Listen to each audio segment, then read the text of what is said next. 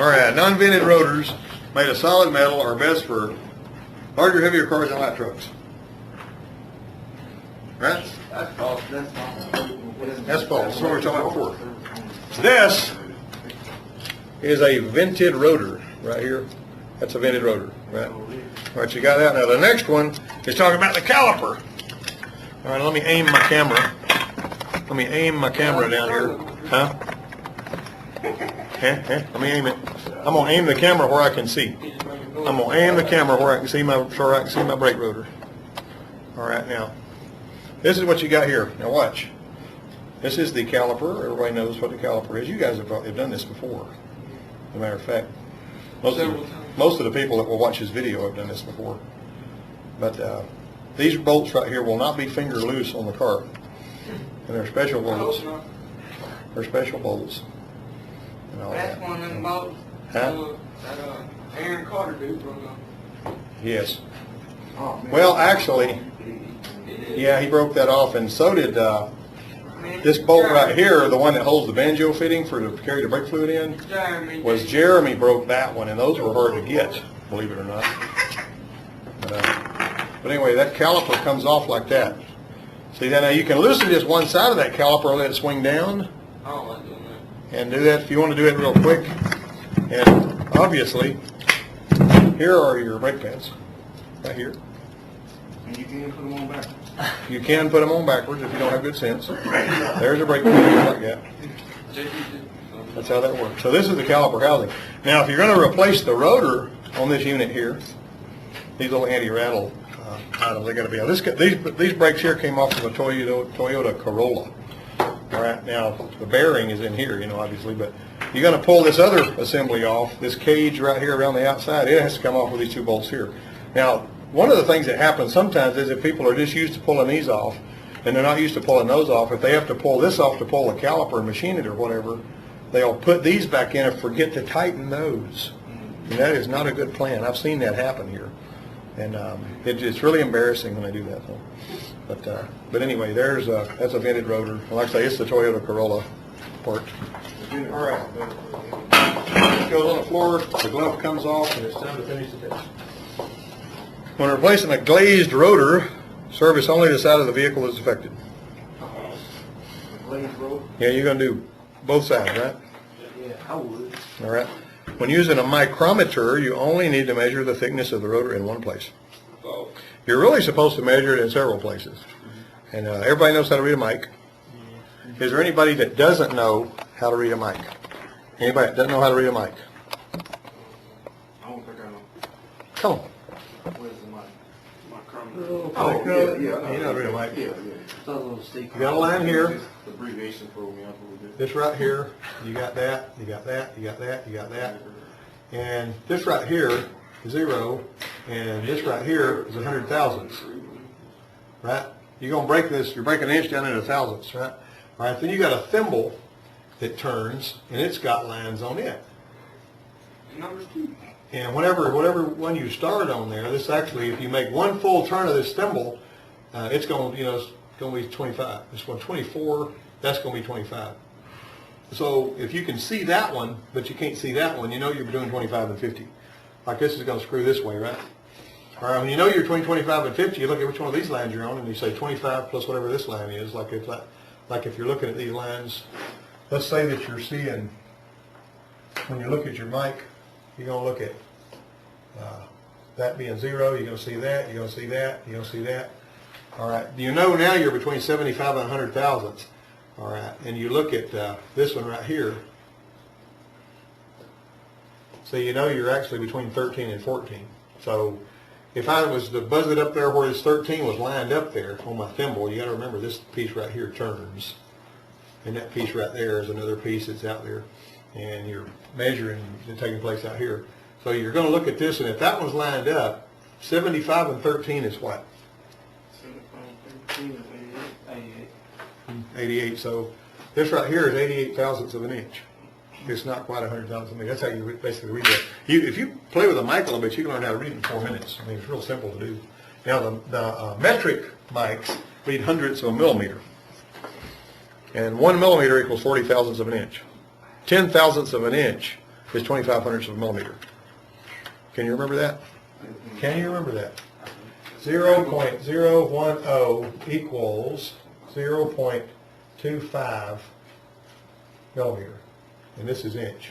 Oh yeah, 10 thousandths equals 0.5. So a 10 thousandths equals 25 hundredths of a millimeter. Can you remember that?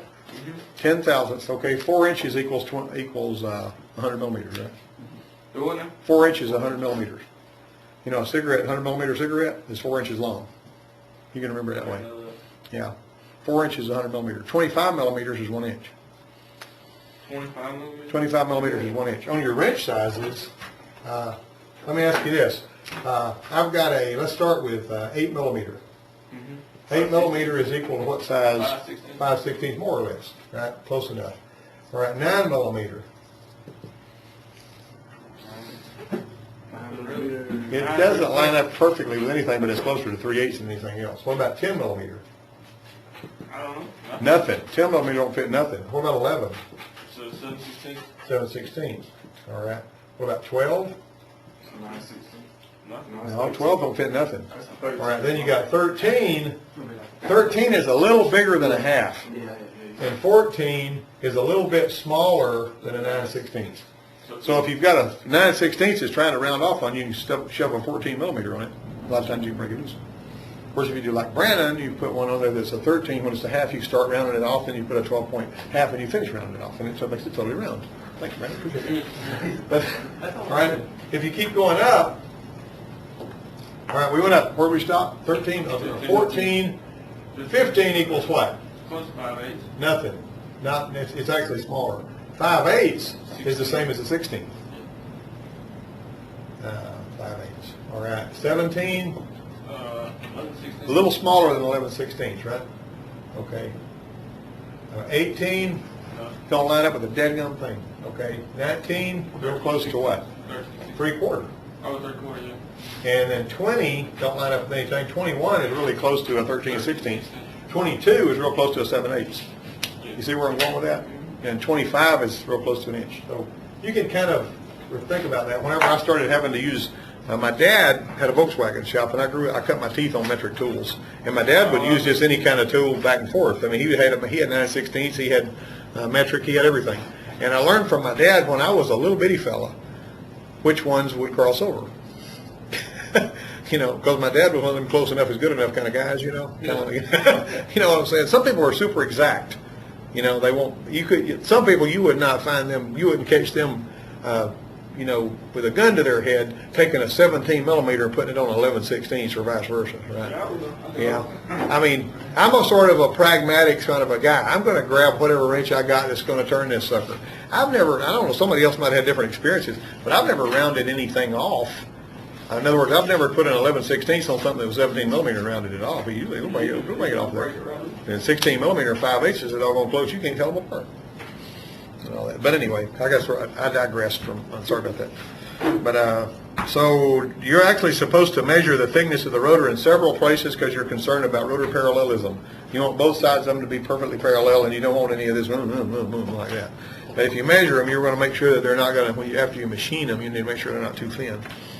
Disc brakes must be manually adjusted for brake pad wear. No. What adjusts them? How do they get adjusted? What do they do? Yeah, the caliper continually. That piston slides through that O-ring and it keeps out. And that's perfect because it's automatically self-adjusting. Except on the ones that have those dadgum park brakes that's got the little ball that rolls in the dimple. And then it's got threads. Yeah, like on that Ford 500 out there. If you ever have to do rear brakes on that thing, be prepared. Be prepared to be separated. It goes in there and it turns. Yeah, you can actually screw it back in there. I've got a tool for that sort of pushes and turns it at the same time. But you got to know how to do it. Don't use an impact wrench on that. No, so you got to use it. You got to tighten this and loosen this and work it through there. And they've got there's all kinds of little tools they make for that. But you got to screw it back in there. Yep, you got it. All right, now then, let's see what we got here. Loose pads or hardware used to attach them can cause rattling noises in disc brakes. Sure. Yeah, that's really an important thing. And the little anti-rattle stuff that they've got on there, You know, it might be kind of annoying in some cases to put that back on there, but if they got noise, people don't like their brakes and making clickety click click noises and all this sort of stuff. Let me just pause for just a second to tell you a little brake story about a Explorer that came in here. That well, this woman called from the other campus, and she did a work order long distance, and she, you know, in other words, I emailed it over there, and she filled it out, and they sent it back, and I signed it, and she had her daughter and her daughter's boyfriend right over it, whatever. And when I first called Sam to find out how much the brakes were going to be, he didn't ask me anything about any lock brakes or nothing. He just said, yeah, they're going to be $22 for each rotor and all that kind of stuff. So, so I got the thing in here, raised it up. This thing had missing hardware. It had the wrong kind of bolts in it. There was just all kinds of horrible stuff going on with those brakes. And now listen to this, because this is extremely important. I want you to make darn sure you understand this. If you get one up and you pull the wheels off of it and you get it tore down and it's got a bunch of missing hardware and it ain't put together right and all that kind of thing, then you call the customer and you say, you're going to have a hardware kit and you're going to have this, you're going to have that, you know, you're going to have to force to put it back together right. If you ever encounter a situation where they say, no, put it back together, don't do that. Don't do that. What happens is you can say, if you don't want us to fix it, that's fine, but you're going to... Your brass is here. Yeah, Gene's got it. Gene found it. It was up there. It was hiding up on top of some pallets. He found it. But thanks a lot, Stan. But anyway, we've already got this thing. You know, the light bulb went on, I guess. But anyway, I called Stacy and told her we couldn't find it. You know. But anyway, what happened was you call them back and you say, you know, of course the shop owner is the one that's going to have to ultimately make this decision. But, you know, if I'm calling the shots, I'm going to say, you can send a wrecker after it, but it ain't driving out of here with nobody sitting in the seat unless we put the brakes back together right. Now, they're going to get mad, they may cuss, they may throw a fit, and all that kind of stuff. But you're a whole lot safer to have them call a wrecker and come get it and haul it to another shop, but the other shop's going to say, I'll tell them the same thing. You see what I'm saying? They're not going to gain anything out of it. And you're not trying to stick it to them, you're trying to protect them from their own stupidity. No, just put the haywire back on there and put the brakes back like they were, and I'll drive it like that, you know. Because if they crash, it's on you. Even if you get them to sign a waiver, it's still on you. Because you knew good and doggone well those brakes weren't safe, and this little old 90-year-old lady, she didn't know nothing, and the judge is going to rule in her favor, and then all of a sudden you're closing your doors because you haven't paid her. You ask down around silly. So what you do is you say, it's going out of here on a hook. You know, I ain't working. We're not going to touch it again. You know. Well, anyway, this lady said, you know, I says, well, I had to call her up and I say, I know the price that I gave you on these brakes is this many dollars. But what my parts guy didn't ask me was if you had anti-lock brakes or not. I found out now you got anti-lock brakes, and the brakes rotors are going to cost more. Well, she wasn't happy about that, and so anyway, she was getting, you know, her stress level was going up a little bit because she wasn't expecting to pay as much. And we had to get a hardware kit. And in all of this talking, I forgot to mention to her the hardware kit. And so that was my fault there. But anyway, her boyfriend, and I mean her daughter and her daughter's boyfriend came to pick the vehicle up, and they got a check with her signature on it. They're supposed to write for the amount. And I printed out the thing over there, and instead of it being, you know, $60 or $70, it was a lot more. I can't remember what it was, but it was more than she was expecting to pay. But we put those brakes together just exactly the way they were supposed to be put together, and that's what it cost, even here where we don't, you know, charge big labor prices. It's, you know, it was high. And so she picks up the phone, she puts it up to her ear, and she says, okay, Mom, this is going to be X number of dollars, which was more than even the second estimate she got. And Mom, you could hear Mom all the way from out here going like that. And you could tell the boyfriend must have run into Mom before in this kind of a mood, because he kind of backed up and he was looking at me and said, not good, not good. But anyway, the girl was just so calm and collected. I would have held the phone like this, because you could hear that woman's voice from 5 feet away screaming into the phone. But anyway, she wrote the check, they drove away, and there was no problem with the brakes. The brakes were just like they were supposed to do with new rotors. You know, good pads, all the hardware was in place and everything. And that's how you're supposed to do any and all brake jobs you do. You know, if they, you know, and you need to be able to be willing to take the customer and explain to them. You know, some shops will take a ratty old screwed up rotor that's all chewed up that they'll keep under the bench, and they'll carry it out there and say, this is your rotor. We need to rebuild your brakes, and it's going to be $800. And then they just, you know, screw them out $800. I mean, that's the way some shops do that. I said a lot of shops do that. But I've known of shops doing that because they'll have a mechanic that doesn't have any integrity. That's what we got: performance, attitude, integrity, and dependability up here. You need to be able to just be totally transparent with your customer and say, this is what you need and this is why you need it. You know, these brake pads right here, they are worn out, they're down to here, and they're supposed to be this thing. This is a new pad, that's an old pad. That's why you need your pads. And if, you know, if they're unreasonable, and some customers are more unreasonable than others, they're going to may give you a hard time, but you know, this is why I'm telling you, just totally lay it all on the table and all that. So always make sure you treat them right, and people are going to come back. One time this lady had a disc brakes.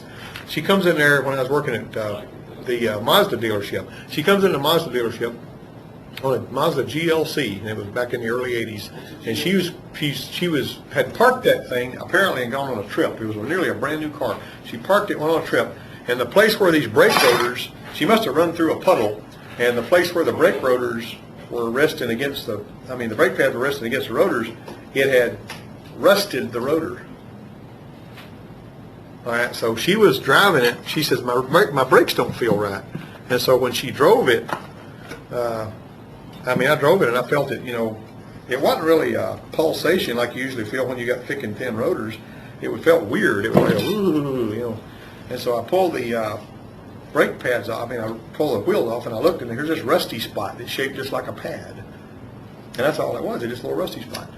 And so I took a drill and, you know, spun the rotor at not an insane speed, but, you know, just fairly, you know, fast enough where I could hold a piece of 80 grit sandpaper up against the rotor.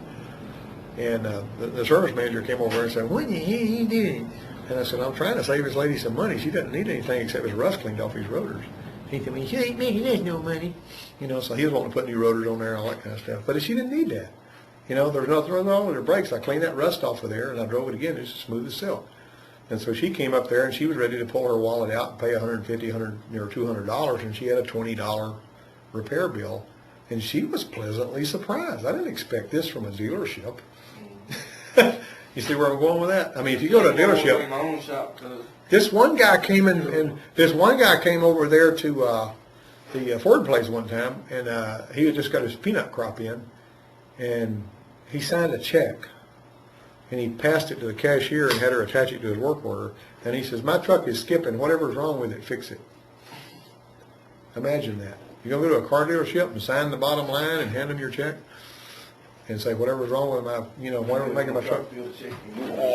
Well, I mean, they gave me the ticket. They said, this guy gave us a blank check. I said, really? Well, we really want his business back. We want him to come again because he trusts us, and we don't want to betray that trust. And so he really didn't have much wrong with the truck, and there was not anything I could really find that needed to be done, except he had one spark plug wire that was jumping spark, and I put one wire on it. And his total bill was, you know, like $20 or something like that. And so that blank check he handed us wound up getting $20 wrote on it. You see where I'm going?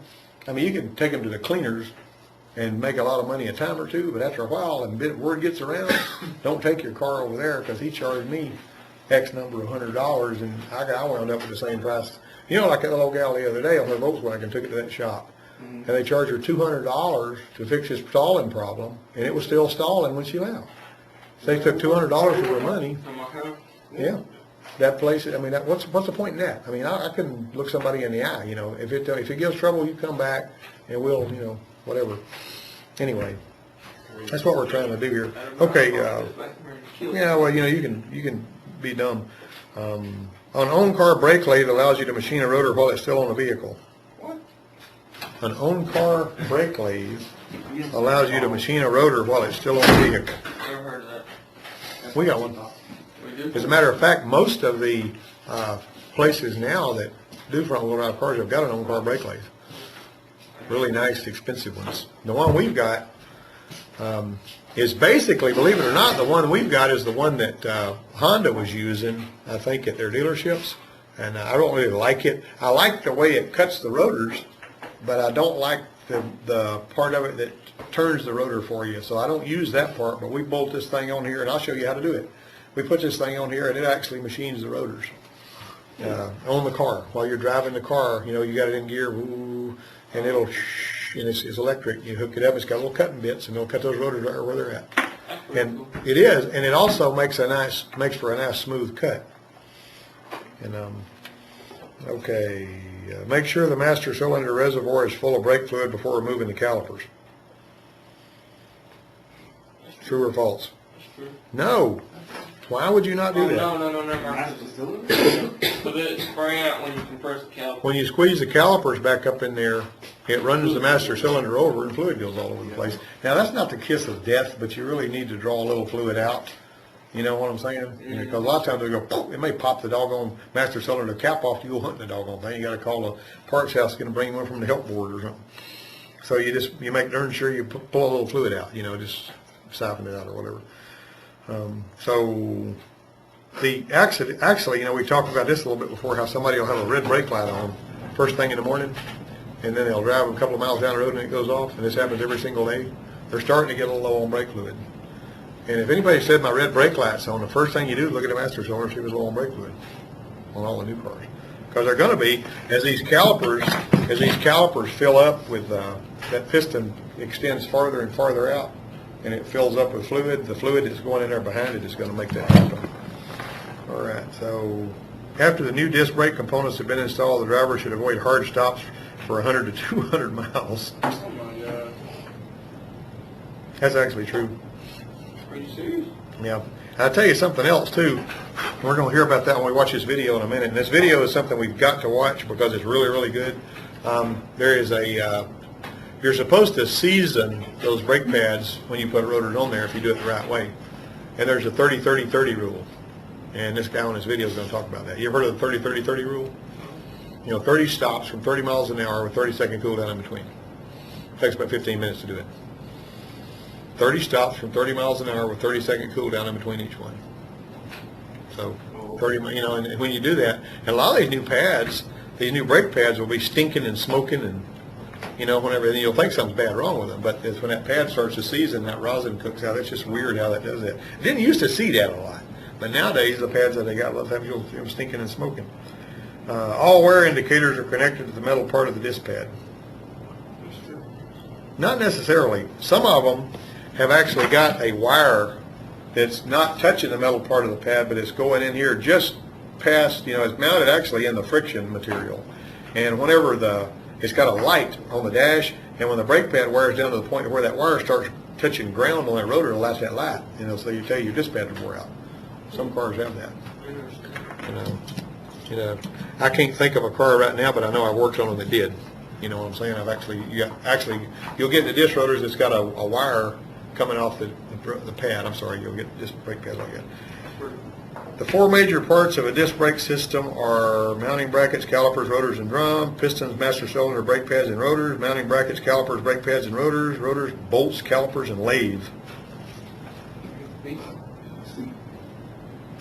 That's going to be C there, mounting brackets, calipers, brake pads, and rotors. We showed you that just a few minutes ago. At rest, the normal clearance between the rotor and the brake pads is what? 0. They're right there, but they're not pinching. Right? It's 0. It's a B. It's not 1 millimeter. It's not 1 inch. It's not a hair's width. Define a hair's width. What is that? You know. When the brakes are applied, the vehicle weight is transferred where? To the front. Toward the front. Number 14. Pedal pulsations may be due to what? Loose wheel bearings, a rotor with excessive runout, ABS brakes, all of the above. I tell you what, every now and then you'll run into one when you mash the brakes, the pedal goes all the way to the floor, and the next time it feels pretty good, and you'll find out that the doggone bearings on that one rotor are wobbling around, and they're moving the piston back. Yeah, I just pump the brakes a little bit. You ever had that? Oh yeah, my whole car, I always do that. Yeah. Pump the brakes. You just kind of got used to that. All right. The pedal pulsations could be due to ABS brakes too. All right, let's zip on through this thing. If the vehicle does not brake when the pedal is fully depressed, it may be caused by what? Contaminated brake pad lining, piston being too far from the rotor, low fluid level in the master cylinder, or both B and C. That's what we were just talking about. That's a D.